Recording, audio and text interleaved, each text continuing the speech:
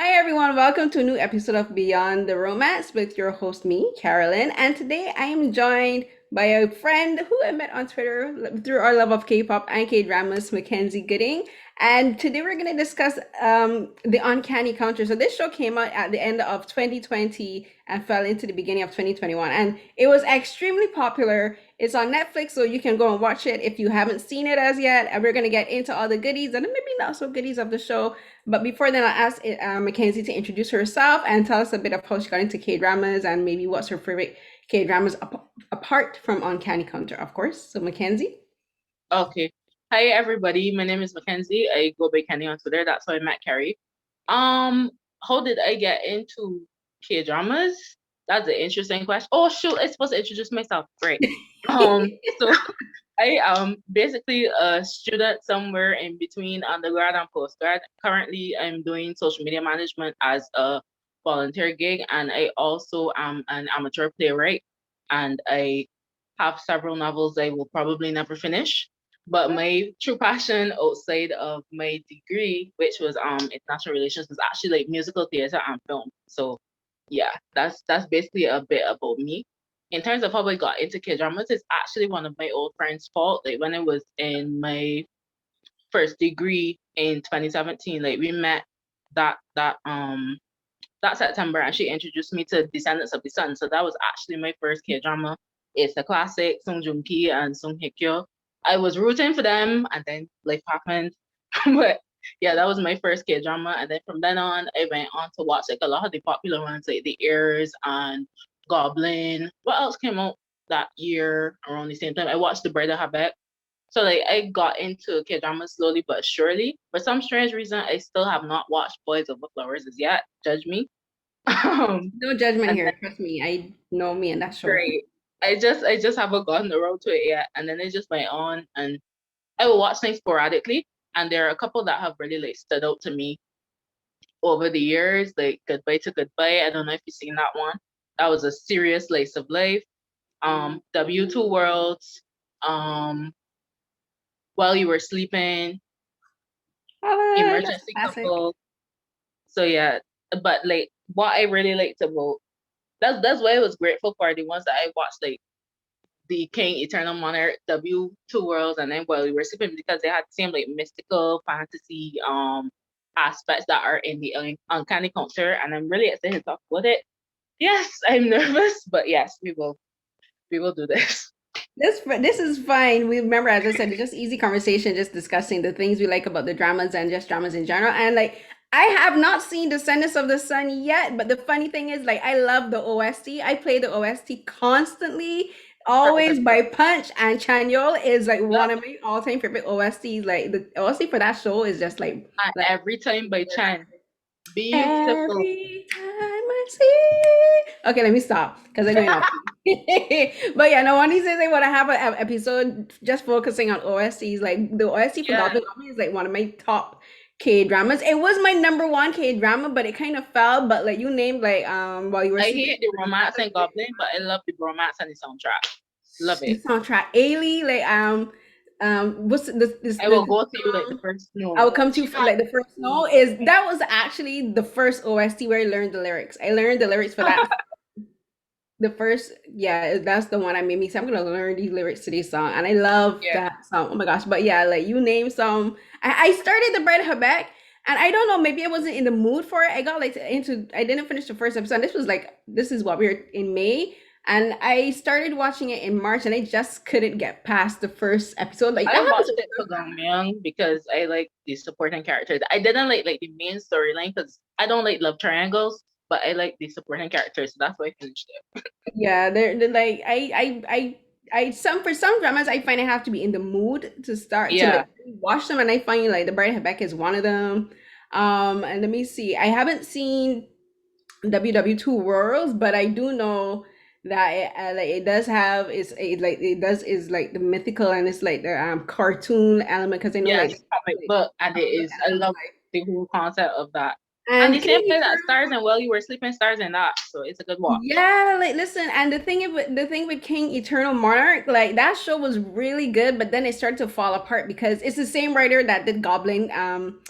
And That I made think what sense. I did not know that. it's the same writer, and I think what happened is like she was trying to do the same thing she did with Goblin, where you have like converging timelines and like you have like someone who crosses over time, and it started to fall apart for me because it's like it felt like she didn't know how to like make the various timelines work. It just started to feel really confusing, and it just and like I didn't really feel the romance with the two main leads. To me, they did not have. Again, I watched it for the supporting characters because Joe himself, and he was like he's that. Oh my gosh, I can't remember his real name. I can't remember his real name, but he's a fantastic actor to play like four The different characters the in one secret. drama. He's excellent. I know, and I know his name, because he's like a great I know actor. it like in the back at the tip of my tongue, and I can't remember You it. do one, and right, so he's Yes, enlisted now. So that's why we're not going to see anything yes. for probably another I year can't or wait for so. him to come. But that he was the star of that drama for me He is personally. for me. He is. And it really does show his versatility because he played like that the guard and then the police The the police no he wasn't officer, yeah he was a police officer and but then like completely different and then characters. they played each other, and I was like, that's basically four characters in one. I was just like, you just did a Yeah. fantastic job. Easy. Oh But gosh, I didn't finish this. I did not watch episode 15 and 16 of The King Eternal Monarch because it just like the plot just started to get confused and I lost interest in the things. But we digress. So now we will very talk much so. about the Uncanny Counter. Um, so we'll start with you first. I'll have you go first. As I said, I like to usually start with the cons because I always like to end things on a positive note. So we'll just talk about anything that you may not have liked or just things that didn't make sense for you with the show. Um, Personally, for me, like it was really hard to try to wrap my head around something I didn't necessarily like about this K drama because it checked like basically all of my boxes. I feel like what probably got under my skin was Wigan and like her trying to kick Somoon out of the counters for endangering her life. Like they don't be endangering the counters all the time. And then like I felt like that was resolved too quickly, like in the space of a single episode with a crisis happening and all of a sudden she was all forgiven and wanting him back. And like I was like, so Moon, I know you've forgiven and all that kind of stuff, but I was just like, she literally was gonna strip your memories and take away everything you knew and learned. The leg that no get healed, all that kind of stuff. She was gonna take away all of that because she felt like her life was being endangered. I'm just like, you are a soul. You can hop, you are a good spirit. You can hop from body to body. So Moon only has himself. Like when he died, he died. So I was like, I kind of didn't like how that was so easily resolved and just like smoothed over. I was just like, that's tension there that needed to be fleshed out a bit more. Um, what else about it? I tell myself I'm not a romantic, but I was real upset when Jung Young got killed. I was very upset, especially when Mota and Jung Young finally realized that they remembered one another and he regained his memories and they were going to meet. And then all of a sudden, as I see that she look up and I saw him in a separate shot, I said she got killed. I Mm-hmm. said she is going to be murdered. And so said, so done. And I felt so bad because I felt like yes, it would have been cliche for them to get a happy ending, but I feel like it was kind of cliche to kill her off too. It So was very cliched. yeah, It's so a I it's wasn't sure. it's a K drama trope where like we can't have our characters completely happy, and even if they are completely happy to end, like there must be trials and tribulations. I mean, the man was in a coma for what 7 months, and then didn't have his memory for 7 years. Like how much more traumatic? But then, of course, as you said, she died. So they were like, we can take it up a notch when it comes to the trauma. And I agree with you. Those are some of the things I didn't like with it. Like I think that she could have survived. She and with Vegan too, like I found the counters, the spirits were kind of selfish too. And I'm glad that one thing they did do with the show is with the counters, they had them like they're risking your lives doing these things on behalf of you, and you don't care that we're in danger. Like for Somoon, his friends are in danger. They're like unconscious. They're getting beaten, and you expect him to just stand there and take it and not do anything. Because it's wrong and you're violating rules. Like it really pushed the boundaries of what is considered like moral. Just because something is legally wrong doesn't mean it's morally incorrect. And I think it was interesting discourse about that. So I was glad that they showed that the spirits as well were flawed because this whole thing with the afterlife and the good spirit and the good souls, I guess going to what is the equivalent of heaven, and then like the bad souls being banished or whatever. So I was glad that they showed that like even the spirits in the afterlife, I guess it kind of functions kind of like a purgatory kind of. And Yeah. I was glad that they showed that they were still flawed because Giran was just a mess, and I liked that she was unlikable. I did not like her, and I liked that about her. But I don't think that she was unlikable. I think she was just like very cut and dry. She was like, she has her motives to do Strict, it. Her motive is she wants to survive. She was like, do not put me in a position where you are putting my life yeah. in jeopardy, especially with Motak, because Motak is her counter. And she was like, you need to like take care of yourself because you're endangering And me. he's very, very impulsive. He is, and like he's like, because like his ability is that he's super strong, and like he like uses his strength like very easily. And she was like, "You're putting yourself in danger because you are strong." And I do like that you do have these different that this person do have different personalities. Like for instance, is Suo. His counter is Chemuok, and like that's his mom. And like, oh my gosh, I I went thought it was such a sweet twist. when I rewatched the show this week, and I'm like, yeah, still got emotional. It's done so well. And like, oh, we'll get that's like the positives. I Yeah. always do this, but you know what? This is my show, and I'm doing it how I want to do it. Um, so like my one of my quibbles, or a couple of them, is with regards to like the disability, Somu's disability. So we know, he was in an car accident with his parents, and they both died, and he was left disabled with his right leg being was like permanently disfigured. And so he was walking with a cane, and that's how we met him. So he's 18 years old now, and he has a cane, and he's been living this life of disability for 7 years, and his friends are supportive of him. And the thing is that he was getting teased because like I want to Korean dramas or even the Asian dramas in general. Bullying Bullying. the bay is usually if there is any sort of Seriously. setting at school. I shame to say not only setting because it happens in like work in work professional settings too. But like he was being bullied for being disabled, which is just like, and I'm like, I wish someone had addressed that particular aspect of the bullying. It does get addressed, but I wish they had Yeah. addressed that because someone is disabled is no reason for you to be making fun at them and mocking them. And what happens is once Regan goes into him, like he gains all this power, but he was still disabled. But then Mayok, she heals him without his permission. Because the thing is, and I rewatching it, I'm like, yeah, he never told her that he wanted her to heal him. She says, I'll That's heal true. you. It went like once he got the powers, and they did the first I guess you could say the first trial, and they defeated the first demon. She heals him, and I'm like, you didn't even ask him if he wanted to be healed, like just Yeah, because he's agency, lack disabled. of agency. Exactly, there's a lack of agency there, and I didn't like that. That was a moment that was never really addressed, because I would have liked him to say, well, you didn't ask my permission. And it's like, I'm doing you this favor, it's such a great, I'm like, please. Yeah, but like, and like on that note, as somebody who also has, well, I don't know if I will consider it quite a disability because I still can't run. It's been like 5 years since I got injured or whatever. So, like, when I saw that episode, like him being healed and being able to regain that mobility, I don't think the show took enough time to focus on how losing your mobility affects your mental health. Yep. And like how such a big transition, being able to run again, being able to walk properly again without a cane and that kind of stuff. I feel like there wasn't enough attention paid to what that process was like for him mentally, because after 7 years of being disabled, like talk no talk. When I saw him run on that street, I broke into tears. Like that was a very, very moving moment for me because it was something that was very relatable for me. Mhm. But at the same time, I was like, after episode 2, like this doesn't get addressed again until his powers are stripped, and all of a sudden he has to deal with this again. I feel like they didn't. When you dealing with situations with people with disabilities, like disabilities do have an impact on mental health, and I feel like there should have been more focus on that personally.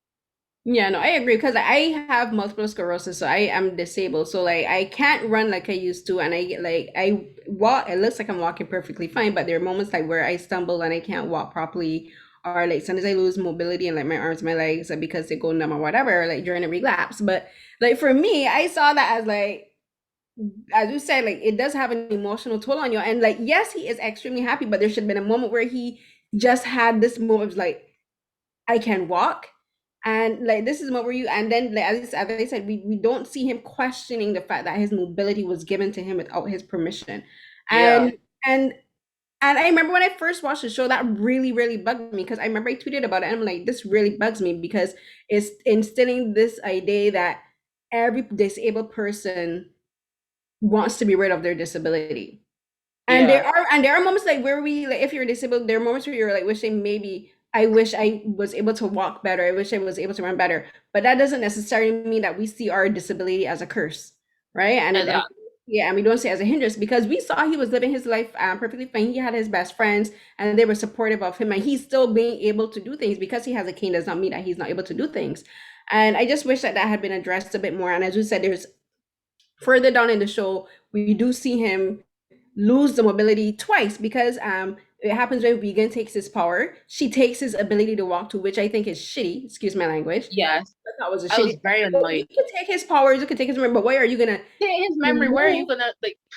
I was like so annoyed. I kind of understand it because they're not talking about protecting the culture of the counter. That's a whole different story to me. But the fact that she took his ability to walk to when that has nothing to do with his counter And powers, put because him back in a situation where he was gonna be bullied again. exactly, Like and I had to start watching episode that 10 part for like pissed a me good off week. so much. And the thing is that his ability wasn't even connected to his powers as a counter because it was Mayo, that gift that That healed healed him. him So exactly. that wasn't, and it wasn't anything for Vegan to take away. And I just wish that the show didn't include that because they're using his disability as a punishment, and that's not Yeah, something to be doing. And that's not that's not a part of a. I don't think it's necessary. it's not very positive Bad because like message. how are you trying to make people who have disabilities feel? So that was a big issue for me as well. Yeah, and then later we see him, the foot gets broken. Well, I'm not sure if it was really broken, if it was It was just the sprained. ankle. I It think was it the got ankle. sprained So really badly. like the villain, like he twisted it and like he was like, oh, did I get the right foot? Which as a villain, I don't, and he's demonic. So I like him doing that didn't really phase me because I'm like, Surprised you're a me. villain, you're gonna take Yeah. advantage of something that's gonna trigger him mentally. So I didn't see that part, Hmm. but it's the other two parts of how his disability was used in the show that I had a real problem with. And this is something I really do hope, no, I wouldn't even generally say Korean dramas, but just shows in general, whether you're In Western, general. Southeast Asian, East, wherever, just like treat disabilities as they are part of us. Like we don't see them as a curse. We may have there may be moments where we just like, have the or whatever, but like it's not a curse. The same thing as people using wheelchairs. People that use wheelchairs, they see their wheelchair as an accessory. It's a part of them. It's an aid, right? It's not something that if you see someone in a wheelchair to pity them for, right? You don't pity anyone who wears glasses. I'm wearing contacts right now. For me, that's a visibility aid. I wear my glasses and that's the aid. I need to I put don't on my see them. glasses. I'm wearing my contacts because like the ring light reflects, but I digress. But the point is, these are just things that people with disabilities see as a fact of life, and I wish they would be treated as such in films and in TV shows. And writers, Yeah. especially who are not disabled, really should consult people with disabilities better because when you do this, it helps destigmatize disabilities. It helps destigmatize things like mental illness, the use of assistive aids, and these kind of things. So just please, if there are any writers watching this, directors, whatever, please think about these things. And that's one of my other so that was my most major issue with the show. There's a few things where Ji Chong Sin, who is the main villain played by Hong-nae, he is, if we find out conveniently, he was in the truck that killed, the white truck of death, of course, as I like to call it, that killed I call it the white truck of death because if you watch most dramas, I mean, when there's a vehicle accident involved, It's it's usually a white truck. It's true. It's actually true. Watch Goblin, anything like that is a white truck. I call it the white truck of death. But we find out that he happens to be in the car, in the truck that kills someone's parents and injures him. And that made no sense to me because we know in the show it's been established he's only 26 years old. So for the accident to have happened, then he would have been 19 years old. And they're making it seem like he was possessed at that moment. But I'm like, if he was possessed when that happened, he should have been way past level 2. Because when we first meet him, he's Should have only at been a level 2. level 4 Like, it everything. took him 7 years to get level 2, and then all of a sudden he's level 2, 3, and 4. Like that makes no Yeah. sense, people. To me, that's That was just a like plot hole. I just I find was it like, why unnecessary. exactly made him the one that was part of that? Like I feel like that was unnecessary. I feel they could have found like another villain for that particular scenario and have him just come into the picture later. Because I was like, this is not adding up mathways or anything like that. Yeah, because like yeah, we know he was working with the guy that was running the junkyard, but still he was 19 and he wasn't possessed then. There was nothing that said that he was possessed for that long because at the beginning Yeah, of the show when we first meet him, we when he kills Cho Jung, he was only a level 2.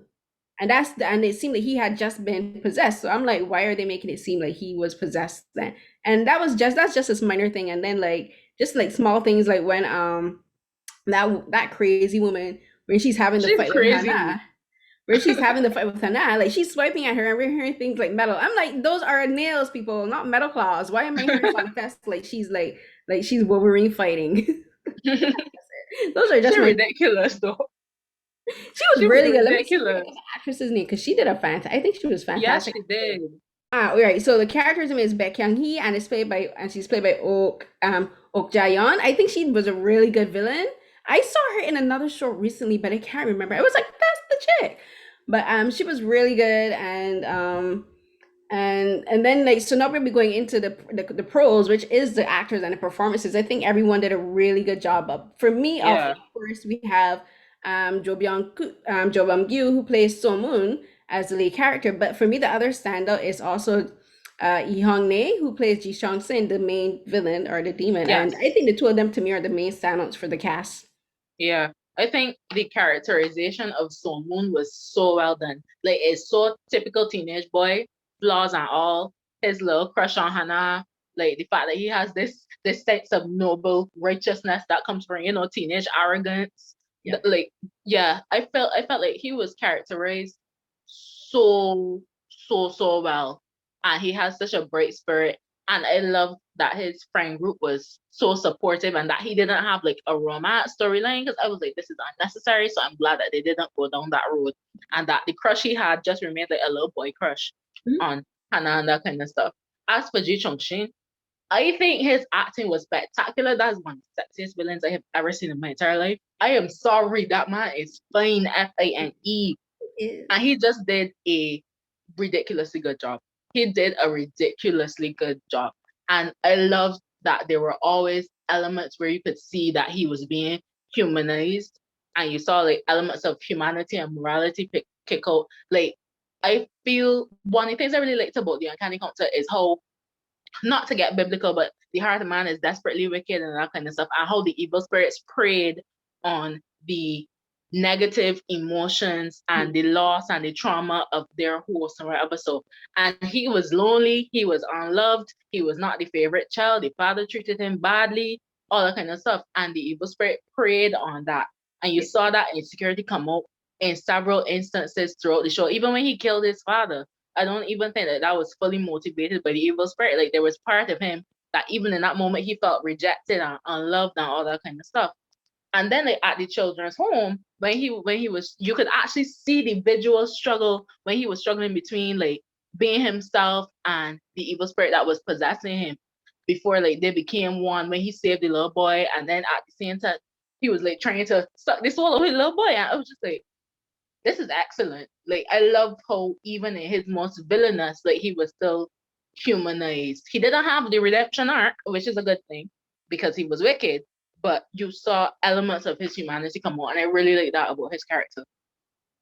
well, Sorry, that's the that was thing. one of my favorite villains. No, I agree completely because he is, as I said, he's one of the standouts for me. And the thing with I think he is a great antagonist opposite Yes. Samoon because him and Samoon kind of have the thing where like because like, the man that he called Apuchi, who's his father, wasn't. I don't think he was really his father. I think he like I think the Chung Sin's storyline is that he was probably a runaway or he was abused and like that man took him in and raised him, but he didn't raise him really well and like because he was abusive to him and he beat him and he cursed him and as you said he was treated as like as an outsider, like he didn't have him interact with his birth son and like that did cause trauma. And then like as we mentioned like the children's home storyline, that's where you get the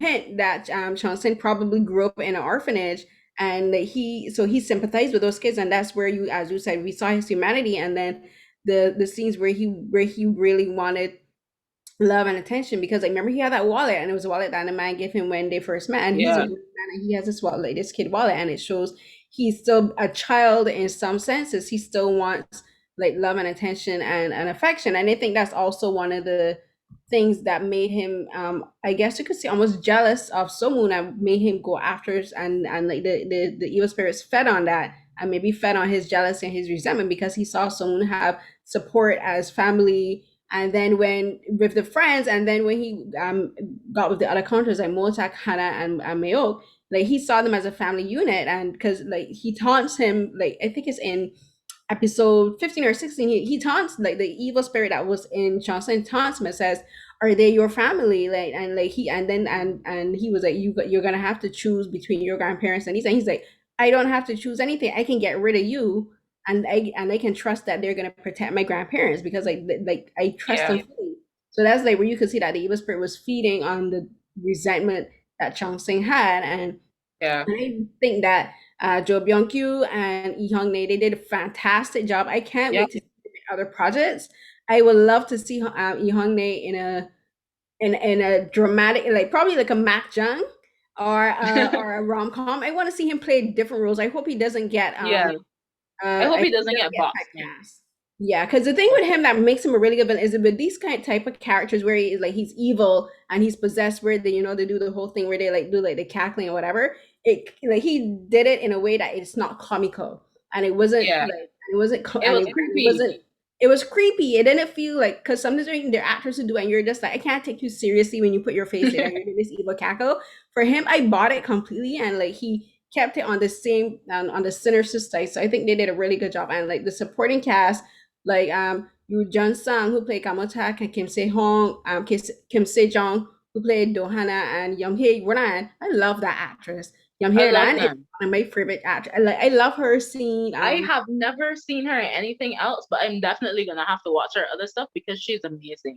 You She is listen, you amazing. she's so good. She does like very different looks very easily, and she's very I think she's very she's almost like a chameleon in the way how she does in her performances. So like yeah, I would recommend like her other shows. Like she's a fantastic actress.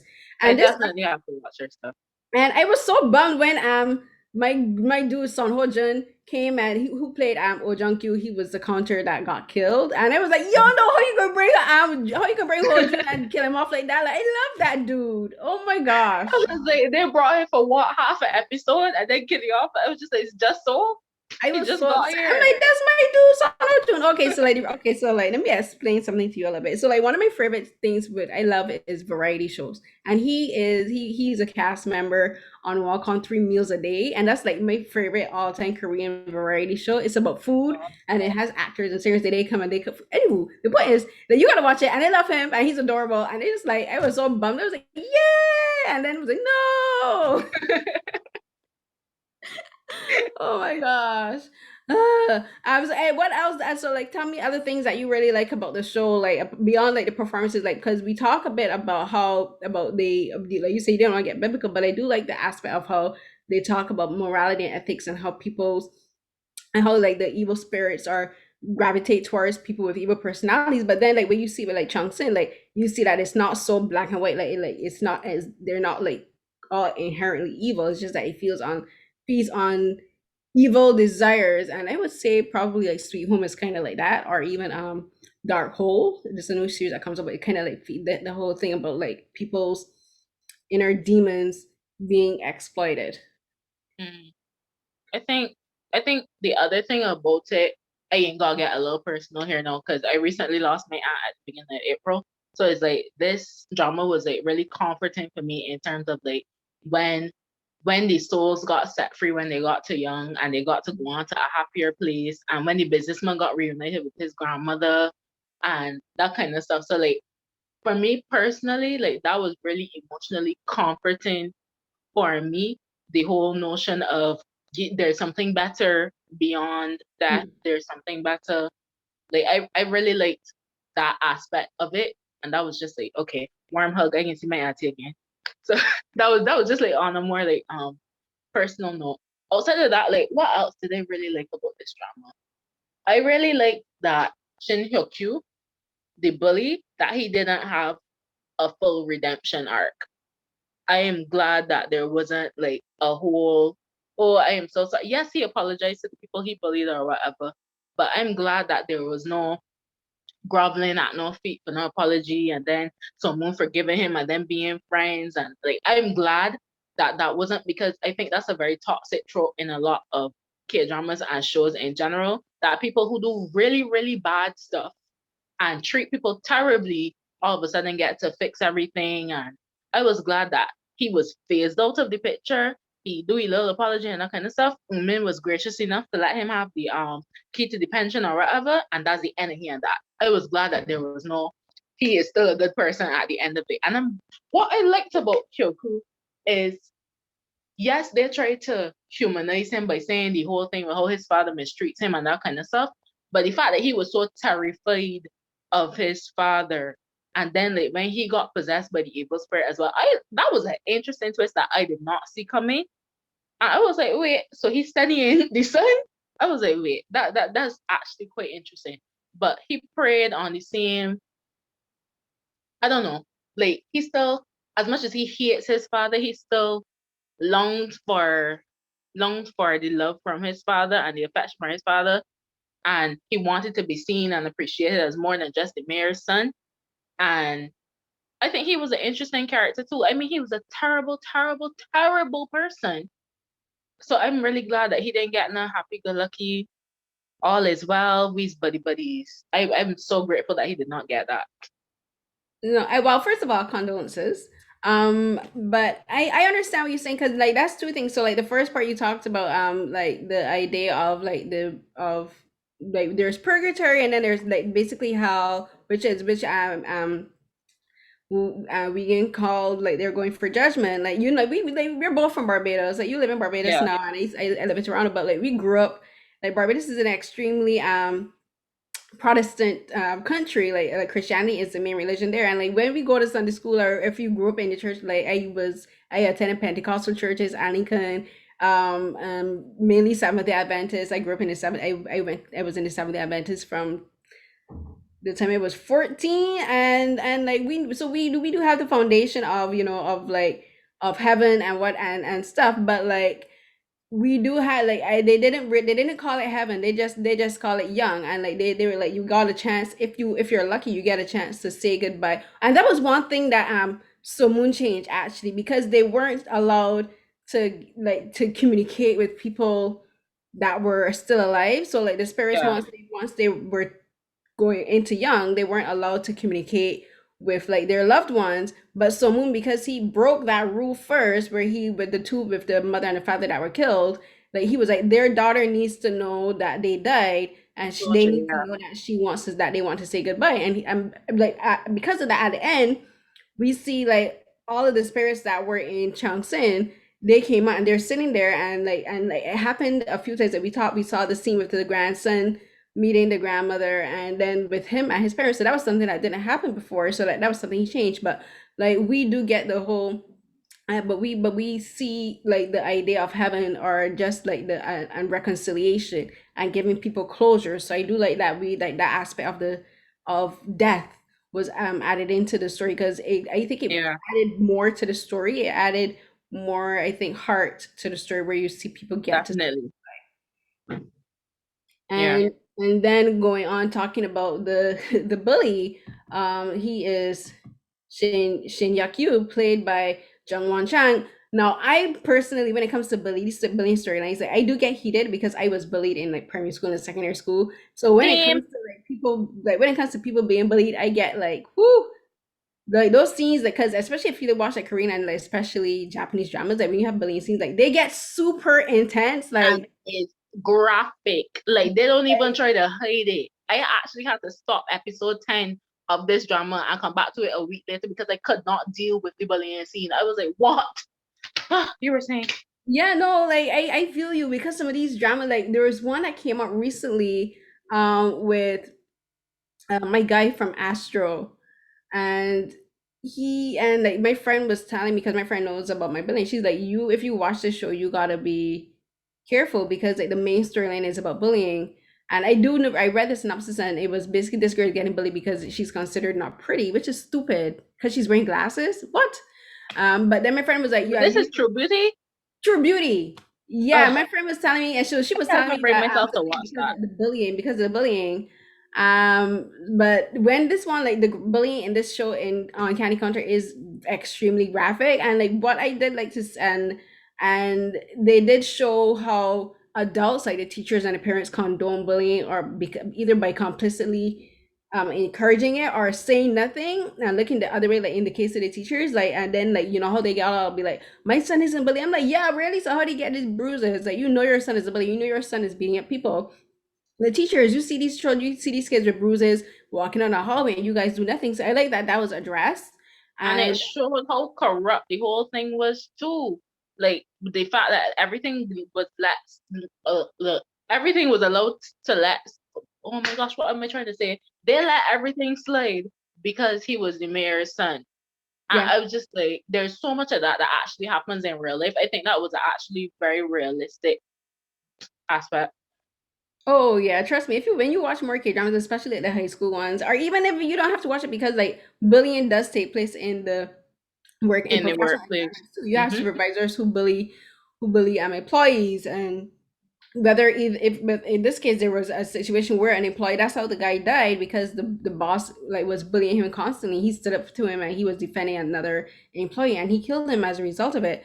But in this situation with Hyokyu, like he did apologize, but I like, as you said, I like that he didn't get off because of that. Like he still has to suffer consequences, and like the consequences is he technically does not have any friends now, because all of the bullies that were around him, once his father was like got in trouble with the police or whatever, like they deserted him, and he can't go around Somoon and his friends because like you bully them too. Like with poor Kim On Min, he he bullied that poor boy constantly, and then like That those scenes made me so angry. Honestly, Umeng was so like he got beat so bad.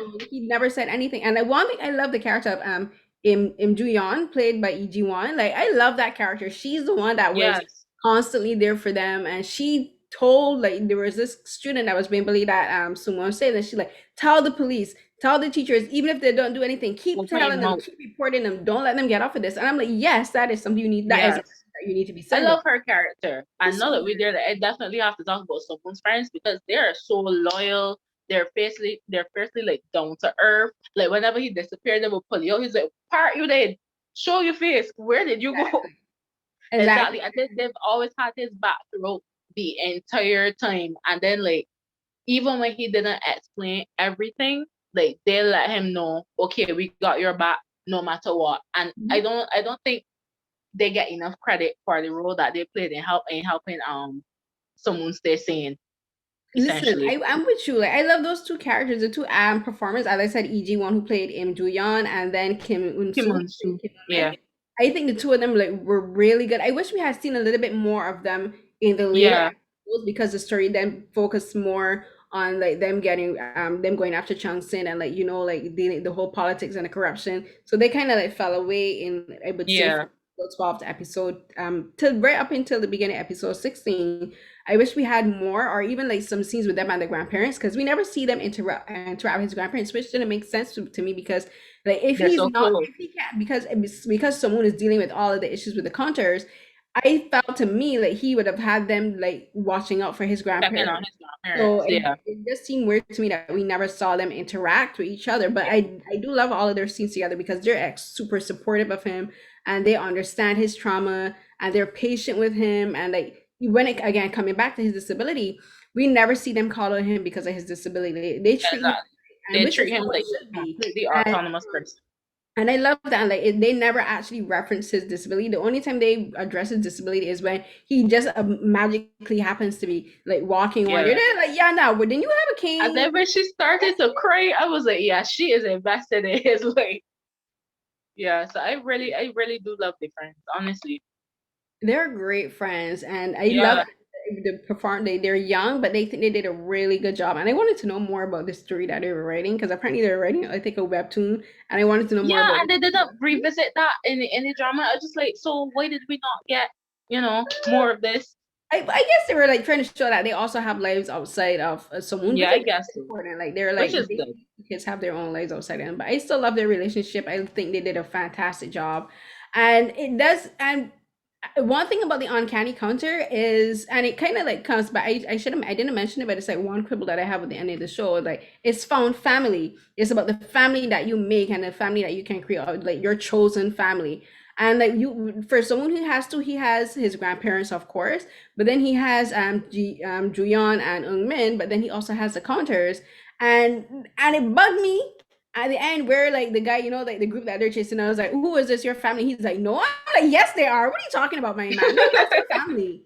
That was just like one thing. But like, this one thing I love about the show is it is the found family concept. It's about people, that complete strangers that you may not know, who gather around you and support you. And sometimes like blood family isn't like like sometimes blood is not thicker than water, people. Yep.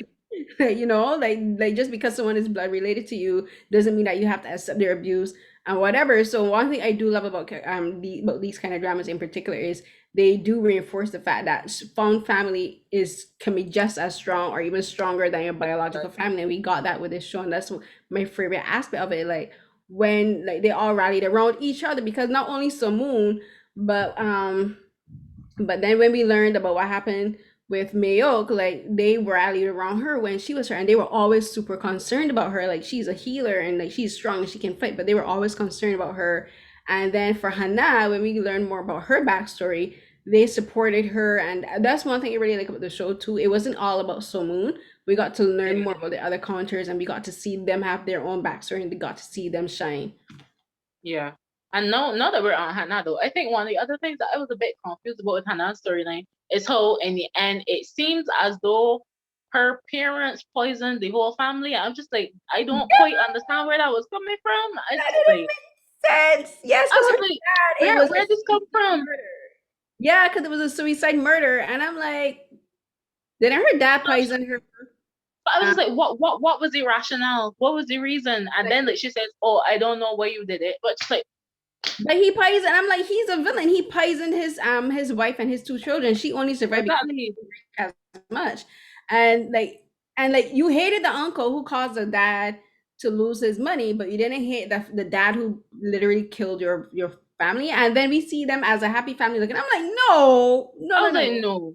that ain't adding up. I was like, why would this show up when she's on the brink of death? Why would this show up in her conscience? Or I was like, that don't make no sense. Yeah, the mom and the sister, sure, but the dad, please, no, that didn't make any sense. I was like, Come on, this ain't adding up, honestly. So that was another thing that kind of like peeved me off. But now we're on the positives. I want to talk about Che Jung-woo, aka the CEO, the financier. yes, I think he's so sporty. I think he was a great addition to the cast, and he yes. wasn't too much, and he wasn't too little. And I like the fact that there wasn't any like complete romance between him and Mel. It reminds me a lot of, I don't know if you've watched Criminal Minds, but like when Garcia and Morgan used to work together, Oh, yeah, yeah. that Flirt. same kind of dynamic, like flirtation shit, but not really in a relationship, but you would kill for them, Yeah. kind of like that. So I really like that, and he's just very comical and very supportive as well. And I really liked him. I think he was a sweet addition to the cast. Honestly, he's one of my favorite characters. He's very funny. No, he is. And the thing, like for Jangmu, he turned out to be an advocate for Samoon, especially with like, the Yeah. bully, because he's the one who went to the school, and he was like, yeah, no, you're gonna investigate this. Your son's almost killed him. He's my guardian. No, he's Hmm. not my guardian. He's He's my my ward. my ward. Sorry. He's the guardian, and Samu is a ward. And he's like, you're gonna investigate this. You're gonna fix this, and you're gonna fix the bullying in the school too. Because and that was that's something similar between him and Samoon, is that Samoon, when he got his powers and he like beat up the bullies, he didn't beat them up for the sake of bullying, for beating them up. He was like, I'm gonna beat you because I have the ability to beat you, because these other kids don't have the strength or the courage or Yeah. the will to fight you. So I'm gonna fight you. And he was like, "You're not only not gonna bully my friends, you're gonna stop bullying everyone in the school." Everybody. And I like that, because I like that he addressed it, that he give his protection to the entire school, and it shows that Somun is a natural protector. And Jangmul is the same way. He instantly came to like Somun's defense, and even like for Hannah and all of them, like he's there for them. He's like he called himself the sugar daddy for the counters, which I think is hilarious. But he's like more than a sugar daddy. He's also like a father figure for them, and he jumps Yeah, into action when necessary. He doesn't just stand and say and and watch. he He's like, shows yeah, up right on time. action. Yeah.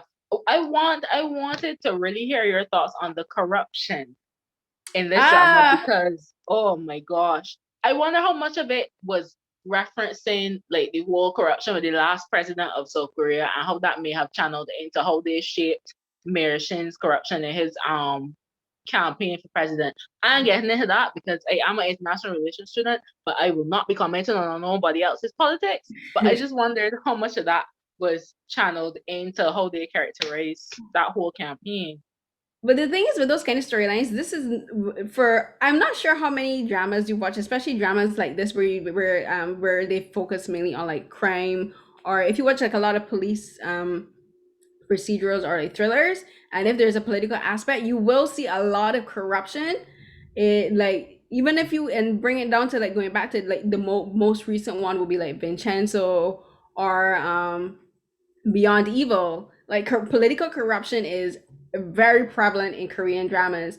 And not to, as we said, not to like speak all on real life South Korean politics. Like I do know a bit, and like I'm still learning more about their politics and stuff. But when you do read certain news articles and like certain things, especially when if you're going to talk about things like going to Burning Sun, the Burning Sun situation from 20, I think that's 2018, early 2019, you saw political corruption was involved because like there were people that they didn't want in because these are politicians and whoever involved, and like Yeah. when you look at like real estate deals, like again political corruption, and this is not things to South Korea. This is like around the world. Like Yep. money breeds corruption, and like people want more money. They don't care what they do to get that money. They don't care what they do to get that power. They want for like the mayor. He wants to run Jongjang City. Okay, you run the city. What are you gonna do with it? Nothing. He just wants to be able to say, "I'm the mayor. I'm running this town." He doesn't And then have they plans. wanted president.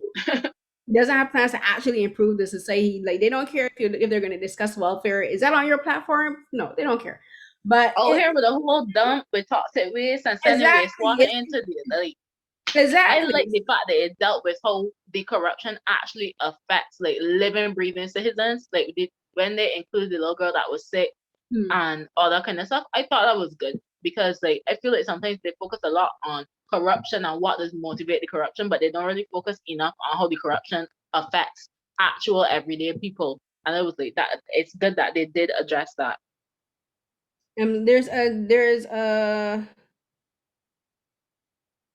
There's a Korean drama. I'm looking it up now because I want to make sure I get the name correct. Special Labor Inspector. So that one does deal with what you're talking about. It does deal with real life issues. So like all of the episodes are kind of like there's an overall plot, but like the way how these individual storylines tie into the overall plot of corruption, and like it like they deal with real cases, talking about industrial accidents in the workplace and outside. Like there was this guy that died. He committed suicide because he was being basically mistreated on set. He worked on a film set, and like he was being bullied and mistreated, and he committed suicide.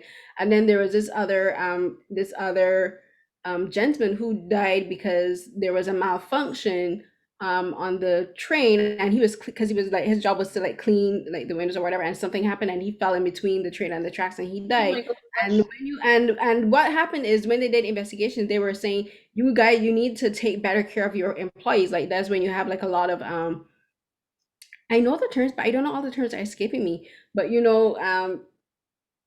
employee safety protocols and those kind of things. So like when you go Yeah. to South Korea now, when you go to the subways, like they all like there's no like you can't get between the train and the platform. Only it's like glass.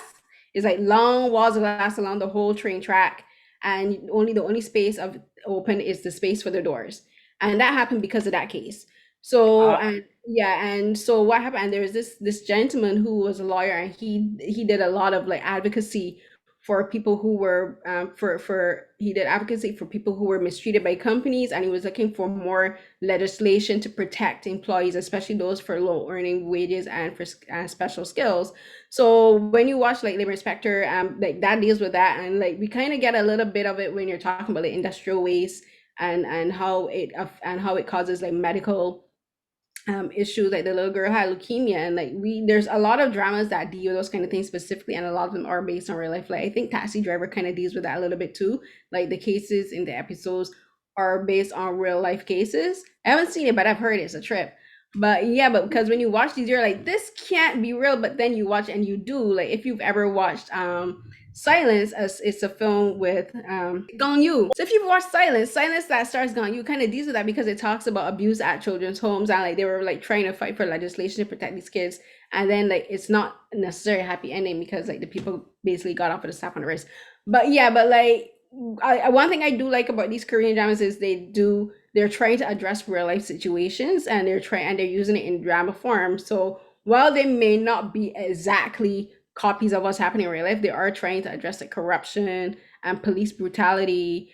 And like if you watch like a lot of the older cop shows, when you saw how like they would beat suspects and that kind of stuff. And if you watch a lot of newer ones, you would literally get people saying these aren't like the old days. You can't be beating suspects and you can't be beating prisoners like this. This Mhm. is not allowed. So like they give you like hints, like those little clues about like the progression of politics in South Korea and the change in society. Like when you watch shows like Search WW, they talk about homosexuality and mental health and grief, and how like those things are looked at in the society, and and and that's also be melodramatic. So be melodramatic, I think, is does a fantastic job at that. And then it's okay to not be okay too.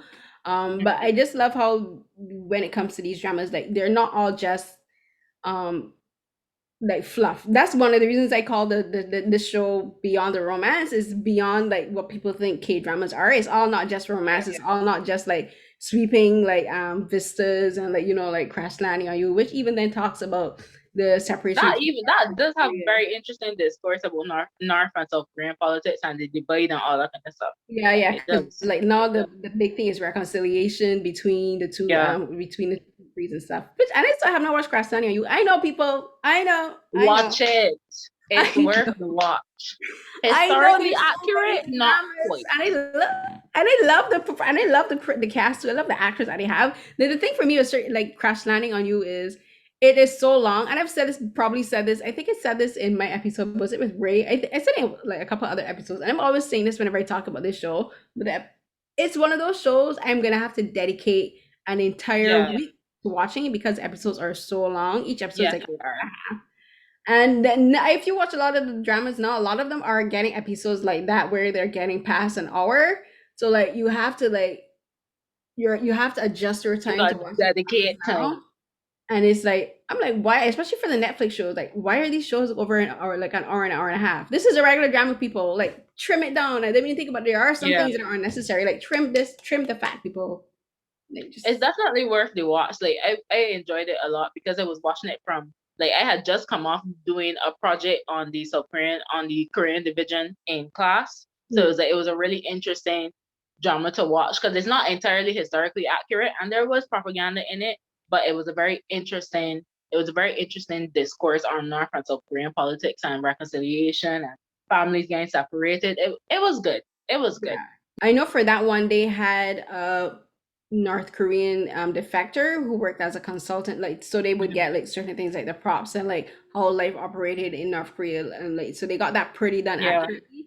So but I with regards to the propaganda, I kind of have an idea what you're referring to, but because I haven't seen the show, I'm not really gonna speak on that. But I do love how Korean dramas, as I said, are way more than just a romance. Like for the Uncanny Counter, like you're talking about they're talking about spirituality, they're talking about trauma, they're talking about bullying and about and found family and like finding stuff. Like for Somoon, going back to Somoon, the thing with him is that the thing is with him, he never had any problem with confidence even from the beginning. So you can't even say that he found his confidence once he learned to walk or whatever. Like nah, he was always a confident character.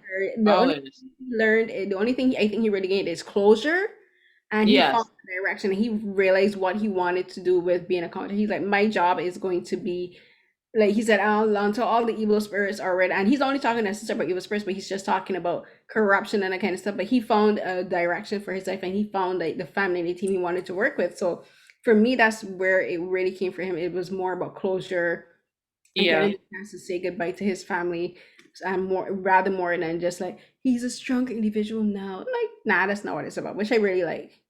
Yeah, that's what I really like about him. Definitely. Yeah. So I think we can wrap up our so like are there any final thoughts you want to give on the Uncanny Counter, and then like we can begin to wrap up now. We can talk about any shows that you're watching now, or maybe just say a little bit about your some of your favorite shows, or anything that you like to discuss. So, what are your closing thoughts on the Uncanny Counter? My closing thoughts. Definitely, this is one of the ones that's gonna go down on my list of K dramas that are in my personal Hall of Fame that I probably will never rewatch because they were so good, and it will probably take me a year or so to rewatch it again because like all the emotions that I went through watching it. Hmm. I think it's a fantastic show. I think it was well written, well directed. Sometimes the special effects was a little, extra, but I think it was well casted, well written, well directed. I think the storyline was solid for the most part, never mind the plot holes here and there. I think the things that could have been addressed, they do not overshadow the overall message of the story, which is basically to, to do good and to find yourself while doing good. I don't know, that's a little too sentimental, a little too idealistic, but like for me, there's so many there's so much like good stuff, good life lessons that come out of the Uncanny Counter that are going to definitely stick with me moving on. And I just think it was a damn good drama. 10 out of 10 for me. Well, not 10 out of 10 because it has flaws. 8.5 out of 10. Yeah. Yeah, like for me, it's the same. It definitely is one of my favorite dramas from 2020. And as I said, I like how it dealt with different topics, and I think apart from the bullying aspect, which they could have done, they could have fixed a little bit, and then how they handled the disability. I think apart from that, they did a really good job. The performances are really well done. The action sequences, I think, were really well choreographed. So props to the choreographers and the stunt team, Yep. and the cast, because I think they did some of their own stunts too. But like props to Yeah. everyone involved with the production. And I don't know if they probably not going to do a part two. I really hope that they don't. I don't want them to because that's how they're going to ruin shows all the time. Leave it alone. Yeah, like some shows don't need a season two, and I don't think this one does. I think it wraps Right. it really well, and I think it's just a really well done drama. So of course, I would definitely recommend it to everyone to watch. And so before we go, are there any dramas you're currently watching, or any you would personally like to recommend? For maybe what various reasons, and then you can say where everyone can find you, or if you would like people to find you because maybe you don't want them to, but on social media. Um, well, currently I'm not watching anything because I only like recently finished the Uncanny Counter and life happening. So I'm still looking for recommendations for stuff to watch the next couple of weeks or so. Um, as for now, if I had to recommend a K drama, if I wanted to recommend a heavy one or like a thick one, I would recommend Goodbye to Goodbye. And let me just look at who stars in it. But June from Yukis, he's one of them. Sorry to people who don't listen to K-pop. I'm sorry. I associate people based on groups and that kind of stuff. But Goodbye to Goodbye is basically like it's like slice of life, but it's very, very realistic, and it tells the story of basically Let me read the synopsis. Huh, great. Okay. All right. Let me not read the synopsis, but it deals with affairs. It deals with young pregnancy, not quite teenage pregnancy, but like college pregnancy. It deals with having to navigate a young pregnancy, navigate divorce, navigate outside children, um, unforgiveness towards parents who have cheated, resentment. It is very, very, very realistic. I think it was an excellently done K drama. I feel like it touched. Oh, and it tells the story of the Mm. other woman and the outside child.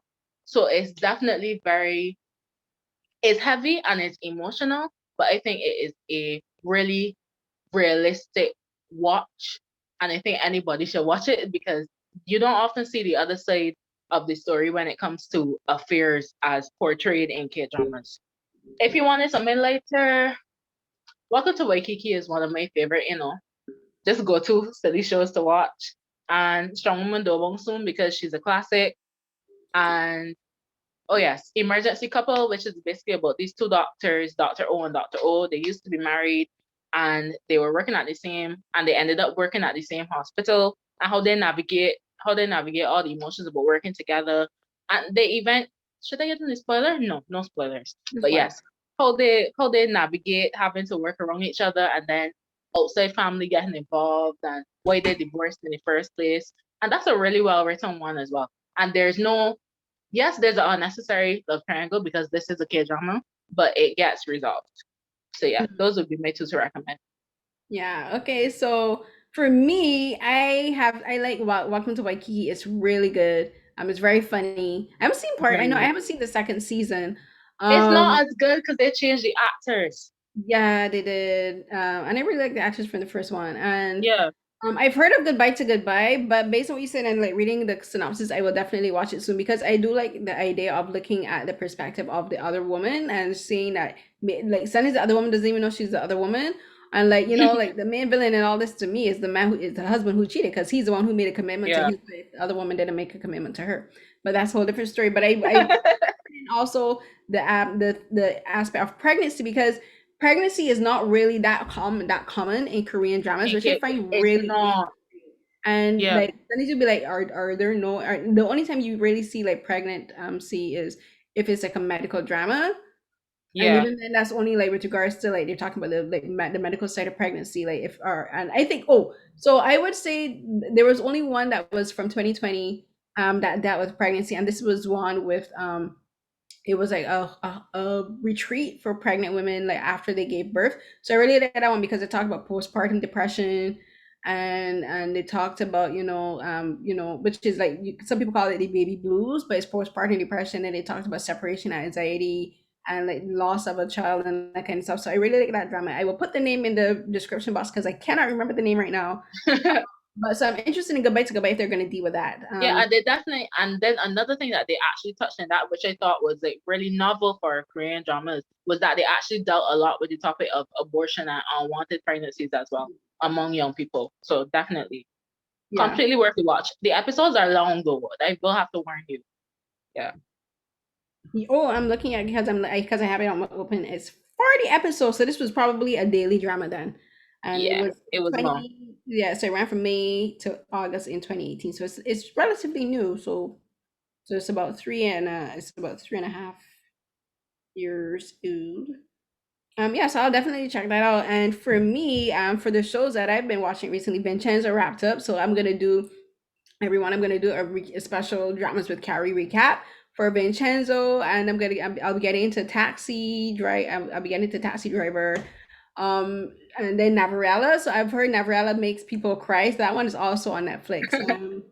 So and other what else that am I watching? And I'm starting I'm gonna have to Dark Hole. Dark Hole. I've only seen 2 episodes, so only 2 episodes that come out. But it's a thriller. It's kind of like zombie.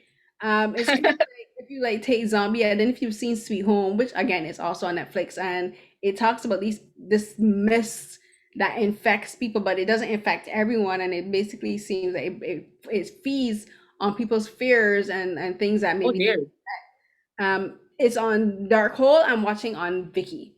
But it looks really good. The effects look really good, and it has Kim Ok Vin, who is in the villainess. She is a badass. Like I was so happy to see her in another drama because I haven't seen her in anything since Children of a Lesser God. She was in Arthur Chronicles, but I haven't seen Arthur Chronicles. So I'm so I happy to haven't see seen her. that either. And it has and the lead actor is the guy from Stranger who played the lawyer in yeah, he's really good too. I'm so happy to see him in a lead role and also in a lead action role. But so far it looks pretty good. And other dramas that I'm gonna have to. There's some other Korean dramas that are starting recently, so I'm gonna have to get into those. And you can look on my Twitter, follow dramas with hashtag dramas with Carrie on Twitter to look and see what I'm live tweeting. And you can find me on Twitter and Instagram at Carrie CNH12. That's CARIECNH12. I kind of have that down pat now because I say it so often for the podcast for this. And for you, Mackenzie, where can everyone find you on Twitter or Instagram if you would like to tell them? Well, I will tell y'all where my K-pop Twitter is. It's at Kenny Kumani, KENNY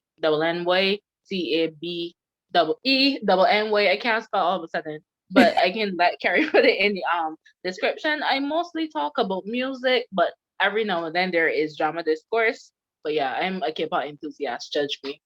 No judgment here. You know me, I love my K-pop. I just like I don't even Yes. get into the stand discussions because sometimes these people take shit way out of I proportion. say y'all need to go outside and touch some grass. Exactly. You said these like go touch the ground. Like these people don't stop investing so much of your personal time. These people. These people don't know you. And they don't pay you.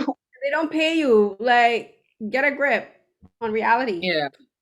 But that's a whole other discussion. Maybe we might have a this. Yep. Maybe I might do an episode where we talk about K-pop and like how it's related to K-dramas. Because a lot of no, I'm serious because like a lot of the OSTs are performed by By K-pop. K-pop artists. You mentioned Yeah. Punch and Chanyeol or before, and then okay, Taexion, who's in Vincenzo, is in 2 p.m. Love the group, love him. Yeah. He's a fantastic singer. And So I then think Beckham always acting as well.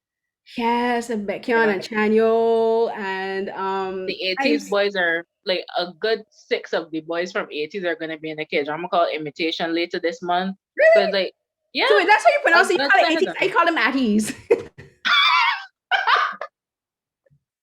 I call them Atties.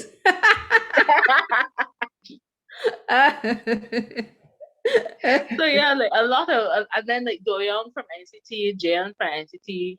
So like a lot of idol actors have been doing a lot of acting recently. So I'm excited for what it's going to look like. I hope they can, act as well as they can sing and dance. And yeah. Hold on, I'm looking up someone's name because I can't believe I forgot his name, and I really like him too. Like my that's how my brain operates. Sometimes people don't take it personally. Um, hold on. I'm determined to remember his name right now because you know how it is. I remember his name when I'm not really thinking about him. Like oh, it'll just pop up to me. But nah, that's not gonna happen right now. And that's Changuno. I love Changuno. And he was in he's in group Astro. I really like their music too. But he was in True Oh, Beauty. you mean, I oh, remember. Uno, yes. Cha Uno. I love him, and he's also in a variety show. I think they don't call it. I don't know if they call it Masters in the House anymore, but yeah. But Mm. he's in that variety show, so he's really good. And he was in. If you've seen Handsome Tigers, is a great variety show. That's on Vicky Ah. Basketball. It's really good. I've seen it like 3 times. I really like that variety. If It's you guys very like Cha Eun-woo, you can watch Rookie Historian Gu Hae-young. He did yes. really good in that. I was And on he that. also did really good in Hit the Top. I prefer those roles over True Beauty because I feel like after a certain time they started typecasting him and that gets annoying for me. Yes, he But was like Korean. Hit the Top and Rookie Historian were actually pretty darn good. And if you like Eun-woo's acting, you're gonna like Moonbin's acting. So watch Moments at 18 and watch Ruben is in you Moments know at 18. Mermaid Prince, Moments at 18. I don't know. I like Ruben. Like I love I didn't Moonbin's know he was in acting. Moments at 18. I haven't seen that yet, but I again another drama that is on my watch list, but I didn't know he was in it. Yes, him and Ung Sung Woo that used to be in 101. Oh. Ung Sung Woo stars and Moonbin is like one of the main supporting characters. Oh, okay, cool. So like Yeah, yeah, yeah, so maybe we can do another episode where we talk about like K-pop and maybe. how they really how we like the K-drama. We're gonna talk about music because again, I said I love the like let me see if I can list off some my favorite OSTs are from Descendants of the Sun, Goblin, Encounter has a really good OST. And let me Strong see. Woman Do Bong From Woman Soon. to Also, and then if while you were sleeping, and also if you Yes. want to get like super creepy, also um Ghost Detective has a really good OST, Oh, and Itaewon Class. Let me see who else. Warang. Warang has a really good OST, yes. and all Hwayoung has a better OST than the plot. I'm sorry. I but am listen, sorry. Warang I is watched it weak. It's one of the beforehand. weakest shows. Like they were said we're gonna make a show about pretty boys and not really develop the plot. And yeah, I but the hated OST the is love very good. triangle.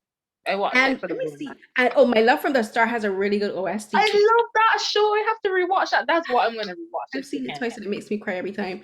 My And love from the star. then who else has a really good OST? Oh, Hotel de Luna has a really good I OST. haven't watched that yet. I haven't seen it either, but I've listened to OST. Ooh, also my absolute boyfriend. Sorry, I love that. I love that drama. That has Jingu. He also was in Hotel Del Luna. Yes. That was before Hotel Del Luna got filmed. He did my absolute boyfriend, Ooh, and that was cool. and who else? Oh, and our my dude Juno from 2PN. Walk of Love. No, the other I one, love that Sleeping drama. Beauty. Oh my gosh. But yeah, when I like food, watch Walk of Love. That was great. Yeah. And who else has a really good OST? And look at me, look at us. This here turning into OST recommendation. But Warren, as I said, Week Show, fantastic OST. And Yep, also Something in the Rain, great show, except for the mom. Like I hate her guts. The actress did a fantastic job because I think that woman is a villain. The mom is a villain. But the OST, the theme song by Richard Yamagata is so I haven't heard it. I haven't watched it yet. So good. you It's can on go Netflix send me a too. list. The theme song for that is so good, and I love the theme. I love the music from Encounter. So Mhm. if you want like a really good romance, but also like I won't even call it coming of age, but like it's that just how like the female lead like she finds her voice as a character. I really love it. Um, it has Song Yuki. She's in it, and Park Bo Gum, and it's a Nuna romance because she's older than him, and just like it's the cinematography, people. The cinematography in Encounter is some of the most beautiful cinematography I've seen in a K drama. Like the scenes in Cuba, like I've been to Cuba, and I'm like, yes, that is how Havana looks at sunset. So beautiful. But I digress. So we're gonna wrap this up. I'm gonna have to, as I said, Yes, we're gonna have to do a whole show focus on OSTs and music. But again, thank you so much, Mckenzie, for being my guest to talk no about the Uncanny problem. Counter. This I is had a blast. This was a lot of fun because I really like the show and I'm glad I got to talk about it. Ah, yes, this was good. Yes, this is so fun. I would love to have you back again. And Yeah, I'm so glad to talk to another Bajan about yes, Korean dramas. This one thing, Twitter may be a hellscape, but it's allowed me to meet many people, especially other Bajans who like the same things trust I and believe. So, again, everyone, a great. This was a great discussion. I hope you guys enjoy this, and this will be in podcast form on butwhythepodcast.com as well as other podcast streaming sites, and here as well, of course, on YouTube because you're watching on video. But you can find this episode and other episodes for Beyond the Romance on butwhythepodcast.com. Just you get just go to podcast listing, you'll see Beyond the Romance, and you look up for other episodes there as well as some other articles that I've written on Korean dramas. You can find my other writing reviews on my R3 page, which is all going to be linked in the description box down below. My sister's here looking at me. She's telling me to say share, like, and subscribe. She does that I with hit me the all bell for the time. notifications. My sister's championing me. Yay, love you. But she's telling me to say share, like, and subscribe, which I will do. So everyone, please share, like, and subscribe, and click, and and tell others if you enjoy Korean dramas. And as I said, you can go on Twitter, follow me, and that is it. We're gonna wrap up. And again, everyone, please stay safe. Yay.